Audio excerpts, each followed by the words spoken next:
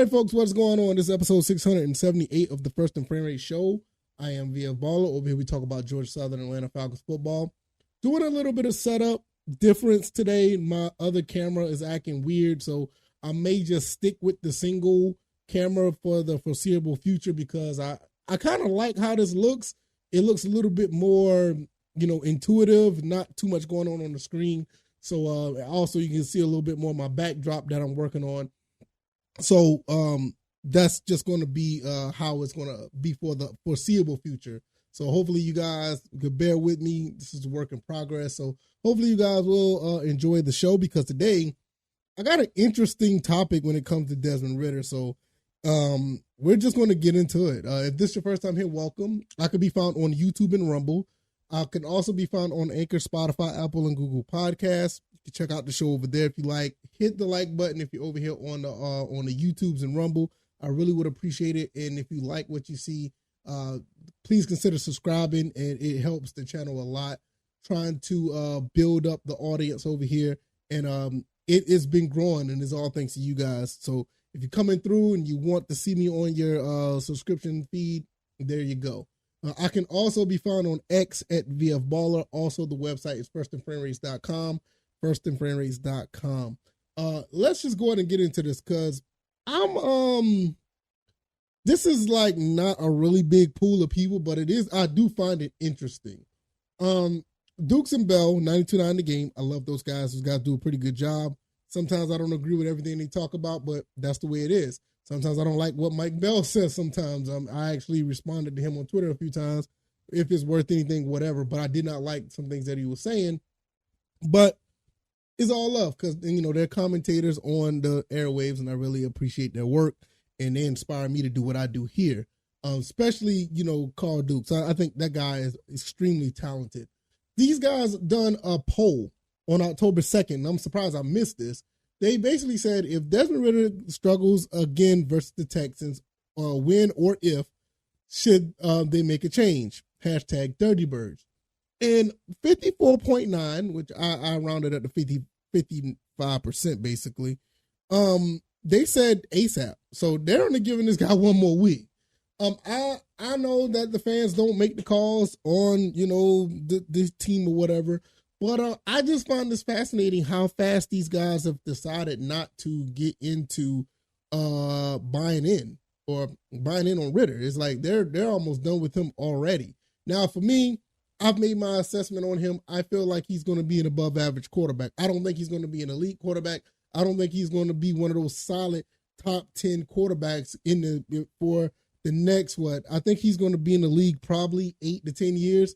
That's my, I think he has the tools to be in the league that long, but I don't think he's going to be anything. I'll say, I think his ceiling is probably Kirk Cousins. But like I said, it's not a bad thing because Kirk Cousins is looking good right now, but Kirk Cousins is not necessarily elite either. So I think that's probably a ceiling, and I don't think it's a bad thing, but I just don't see him being the quarterback that we once had. And I think that's one of the reasons why a lot of people are saying ASAP, because Matt Ryan, for all intents and purposes, a lot of people want to talk, bad about Matt Ryan when he was here. I mean, Matt Ryan was basically like a top 5 quarterback for he was here 2008 to 2022, 2021.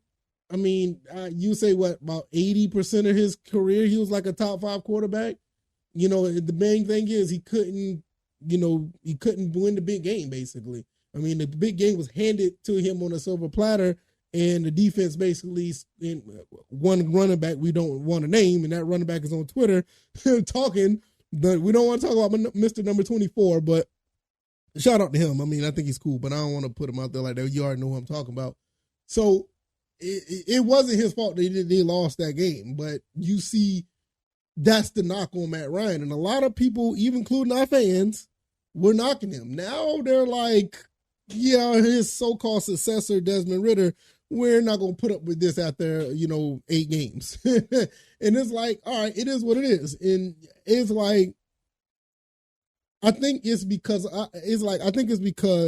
that they used to have a quarterback that was a top quarterback. And we've been spoiled for the past, 13, 14 years. I don't blame the fans for that. I mean, you expect a high level of consistency for all that time, and now you're not getting it, and you think this guy's going to continue to keep the ball rolling. I can understand it. Now, do I think he needs to be changed over ASAP? I don't think so, because that's the way I feel. I feel like this is what we got. We got a guy that's probably going to be, let's say 20 touchdown, maybe 14 interception a year type guy. That's my you're not going to get the Matt Ryan who a type of player who went 35-7, or he went 35-10, or I'm just throwing numbers off the top of my head, but that touchdown interception ratio was, you're not going to get a big gap, a ratio out of Desmond Ridder. I just don't believe it. I mean, like I said, 20 touchdowns, or if he gets 30 touchdowns, maybe 17, 15 interception type of guy. That's who I feel like he is. Like I said, that's not elite. That's not necessarily good. I mean, 30 and 15 is not bad, but I don't think it's that type of quarterback that you want to put up in the upper echelon, especially with the way that quarterbacks are playing nowadays. So when people look at Matt Ryan and they think about what Desmond Ridder has done now, this is probably the main reason why people feel this way. And it is what it is. I mean, it's almost like equivalent to the Braves when they won 14 straight division titles or something like that, and they started to fall off, and people's like, what the hell? Now, I don't think they necessarily fell off, but you know what I mean. The level of consistency is always there, so you want that level of consistency to continue. You get a pass when you bring in Marcus Mariota. I mean, I never thought that Marcus was going to be the guy. I thought he had a chance to resurrect his career, but I didn't think that he was going to put Matt Ryan numbers up. I didn't think he was going to put up elite quarterback numbers up. I thought he was going to be just enough to get by, and he knew that he was a stopgap. It was a perfect scenario to bring Ridder in. And for me, I decided to give my full assessment of Ridder because of the fact he had that year. Now, if this was just legit first 8 games coming straight out of Cincinnati, I would have been like, all right, okay, the jury's still out. Let's just wait. You know what I mean? It's like, but he's been a year under this system. Then he played 4 games last season. I said, I don't think he looked bad overall. I just think last game was, terrible, but I don't think he looked bad overall. But you had all this time in the system. And for me, I feel like, and I know a lot of people say this, so you may disagree, but this is the truth.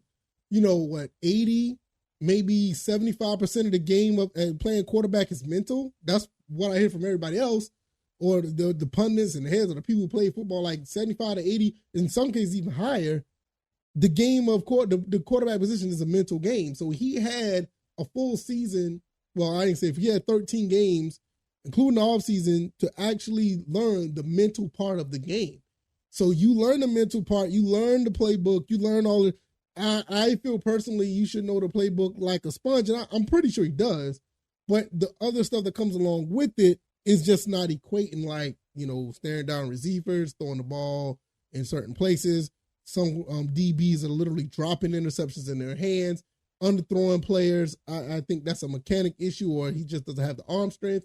It's just all these things going on with that. Now, I know I done been to this podcast episode more than half the episode, and I know what some people are already saying. Oh man, well, what about the other factors? The receivers can't get open, and the offensive line, and the running game's not there, and the coach Arthur Smith play calling. No, I get it. I'm not sitting here and saying that it's not relevant. I talked about that last episode on why they're going to continue to roll with him, but that is a real issue. But a lot of fans aren't looking at it. You got, like I said, you got more than half right here, up to 55% saying, like, look, they want to change.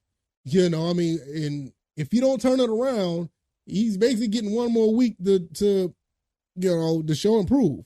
You're coming home, you're playing against the Texans. It should be a really good game to get your bearings and actually make something happen. I think he can.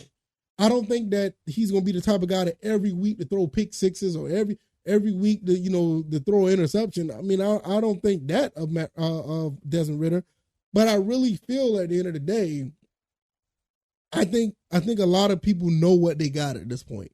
I feel like I feel like we got a quarterback that's slightly above average or at above average. He can win you football games. And what he's going through now is the learning process. But once he get past that learning process, actually being on the field and playing, I just don't see him being the top quarterback that we used to have or a top tier quarterback that we need. I think he's going to be just enough to win football games. And honestly, that's more than we could ask for. You know, we don't need him to throw for 5,000 yards. We don't need him to look like a Patrick Mahomes or he doesn't even have to look like Matt Ryan for all I care. He just don't need to turn the ball over. I think a lot of people saying he could just be a game manager with all his talent around him, and the rest of the team should, you know, carry him at least for the next year or two. And by year 3, I want him to, by year 3, if he's still here just going through the motions, I would say by year 3, I want to see him be that elite, top tier, top 10 quarterback. But my gut feeling is saying otherwise. So I think I see why people are giving Ritter one more week. I get it. You know, I'm not necessarily mad at them. It is what it is. But at the end of the day, I just feel that Desmond Ritter is going to give us some ups and downs. And I feel like I've seen enough to know what type of quarterback he is. I mean, I have no problem with being proven wrong, but this is what I see. And I think 54.9, I'll say 55% of the fan base that actually voted on this poll believes the same thing. So, yeah, man. If you like this commentary, the like button, share this podcast, subscribe to the channel if you haven't already. Let me know what you think about this poll. Because I find it very, very interesting that one more week that they're giving him. I find that really, really interesting. And I really want to know what your guys' opinions. Do you feel the same way? Are you around the 10% that says one more week? Some other people say half the season. 19% says give him the full season, which, you know, that's almost 20%. That's a good chunk of people. I mean, I could be found on YouTube and Rumble, also on Anchor, Spotify, Apple, Google Podcasts. I also can be found on Twitter or X at VFBaller. And the website is firstandframerates.com. Be sure to hit the like button before you leave the video. Subscribe to the channel as well so you can come back for the next episode. All right, y'all, I'm going to get up out of here. Y'all take it easy and y'all be blessed. Peace.